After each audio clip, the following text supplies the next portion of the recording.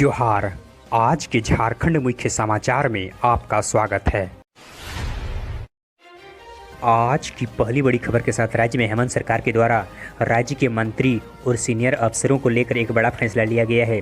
जी हां, राज्य के कैबिनेट मंत्री और राज्य के वरीय अधिकारियों को 40,000 तक के महंगे मोबाइल और नए फीचर वाले मोबाइल दिया जाएगा। इतना ही नहीं, 3,000 रुपये तक का रिचार्ज का भी सुविधा दिया जाएगा।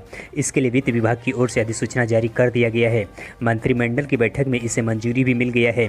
अधिसूचना के अनुसार से मंत्रियों को अब राज्य सरकार की ओर से 40,000 रुपये तक का मोबाइल फ़ोन दिया जाएगा। मंत्रियों के साथ साथ यह सुविधा राज्य मंत्री, उप मंत्री और सीनियर अफसरों को दिया जाएगा। इधर झारखंड लोक सेवा आयोग यानी जेपीएससी के द्वारा 7वीं से 10वीं संयुक्त सिविल सेवा प्रारंभिक परीक्षा 19 सितंबर से होने जा रही है। 4 सितंबर से अभ्यर्थी अपने एडमिट कार्ड को डाउनलोड कर सकते हैं। जेपीएससी के द्वारा परीक्षा से संबंधित अधिसूचना भी जारी कर दिया गया है, जिसमें पहली पाली में सुबह 10 बजे से दोपहर 12 बजे तक परीक्षा होगी, जिसमें सामान्य अध्ययन विषय के पहले पेपर की परीक्षा होगी। वहीं दोपहर 2 बजे से 4 बजे तक दूसरी पाली की परीक्षा आयोजित किया जाएगा।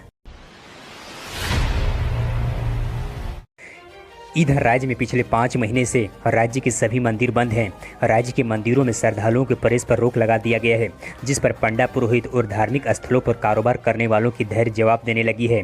बाबा बैजनाथ मंदिर खोलने की मांग को लेकर देवघर में आंदोलन भी चल रही है। अब पड़ोस के वासुकीनाथ में भी आंदोलन को शुरू कर दिया गया है, जिसमें हेमंत सरकार के शामिल दलों और उसके जनप्रतिनिधियों को काफ़ी असहज स्थिति का सामना करना पड़ रहा है। बताते चलें कि बाबा बासुकीनाथ मंदिर जरमुंडी विधानसभा क्षेत्र में पड़ती है, जहाँ से बादल पत्रलेख कांग्रेस के विधायक और मंत्री भी हैं। इधर रोजगार खबरों पर कहें तो राज्य के नेशनल हेल्थ मिशन चतरा जिला के द्वारा कुल 157 पदों के लिए नियुक्ति विज्ञापन प्रकाशित किया गया है। इसके तहत nurse, pharmacist, block data manager सहित कुल 157 पदों पर नियुक्ति की जानी है। इसके लिए ऑफलाइन आवेदन आमंत्रित किया गया है। इन पदों पर आवेदन करने के लिए अभ्यर्थियों की योग्यता उसके पदों के अनुसार से अलग अलग निर्धारित किया गया है। सामान्य वर्ग के लिए अधिकतम उम्र सीमा 35 वर्ष, वहीं अन्य वर्ग के लोगों के लिए अधिकतम उम्र सीमा में छूट दिया गया है। जनरल ओबीसी के लिए आवेदन शुल्क 400 रुपया, वहीं एसटी एससी अभ्यर्थियों के लिए आवेदन शुल्क 200 रुपया निर्धारित किया गया है। इधर केंद्र सरकार के द्वारा झारखंड के खाते से डीवीसी की बकाई राशि को एक बार फिर काट लिया गया है। केंद्रीय ऊर्जा मंत्रालय के आदेश पर आरबीआई के द्वारा कुल 714 करोड़ रुपए की कटौती करते हुए इसे केंद्र सरकार के खाते पर भेज दिया गया है। इस पर झारखंड मुक्ति मोर्चा ने इस पर कड़ी आपत्ति जताई है। पार्टी ने केंद्र सरकार पर गैर बीजेपी शासित सरकार होने का भेदभाव का आरोप लगाया है।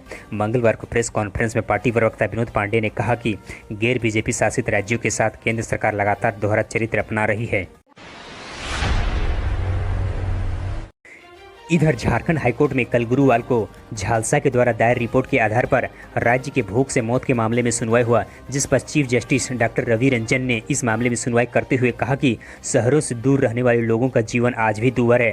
कोर्ट ने राज्य सरकार के खड़ी फटकार लगाते हुए कहा कि यहाँ के लोगों को जंगली की तरह ट्रीट किया जाता है, जबकि उन्हीं के जंगल से हम खनिज पदार्थ निकालते आ रहे हैं, लेकिन उसका विश्वास नहीं हो पा रहा है। साथ ही अदालत ने कहा कि राज्य के ग्रामीण क्षेत्रों में विकास के कार्य नहीं पहुँच पा रही है। इधर झारखंड विधानसभा का मानसून सत्र आज 3 सितंबर से शुरू होने जा रही है, जो कि काफ़ी हंगामेदार होने की संभावना है। 9 सितंबर तक चलने वाले इस मानसून सत्र में 2 कार्य दिवस भी होने वाली है। कुल मिलाकर इस मानसून सत्र में कुल 5 कार्य दिवस होंगे, जिसमें राज्य के सत्ता और विपक्ष दोनों तैयार हैं। सत्र को लेकर कार्यक्रम तय कर दिया गया है। साथ ही इसमें कहा गया है कि दोनों डोज लेने वाले कोरोना वैक्सीन के सदस्यों को ही प्रवेश लिया जाएगा।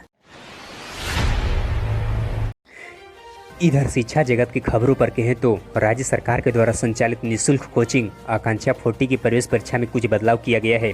यह बदलाव कोरोना को देखते हुए किया गया है। इस वर्ष परीक्षा में कुल 75 प्रश्न ही पूछे जाएंगे। इंजीनियरिंग के विद्यार्थियों को गणित, भौतिकी और रसायन, वहीं मेडिकल के विद्यार्थियों को जीव विज्ञान, भौतिकी और रसायन के विषय से 25-25 प्रश्न ही पूछे जाएंगे। बताते चलने कि इससे पहले प्रत्येक विषय में 40-40 प्रश्न पूछे जाते थे। परीक्षा 5 सितंबर को होनी है।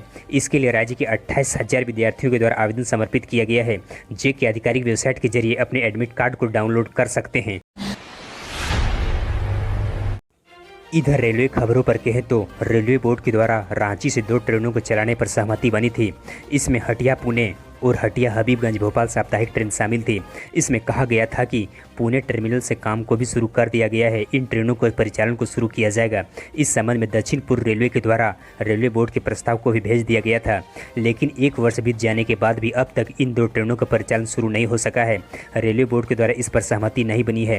राज्य के यात्रियों को इन 2 ट्रेनों का बेसब्री से इंतजार है। इससे शुरू होने पर राज्य के यात्रियों को काफ़ी सहूलियत साबित होगी। खबर के साथ राज्य में ITI संस्थानों के नामांकन को लेकर फाइनल मेरिट लिस्ट जारी कर दिया गया है। जी हां, राज्य के सभी सरकारी और प्राइवेट ITI सत्र 2021-22 में नामांकन को लेकर कुल 21,488 छात्रों का फाइनल मेधा सूची जारी किया गया है, जिसमें 10वीं पास कोर्स के लिए 20,823 छात्र, वहीं 8वीं पास छात्रों के लिए 665 छात्रों की सूची जारी किया गया है।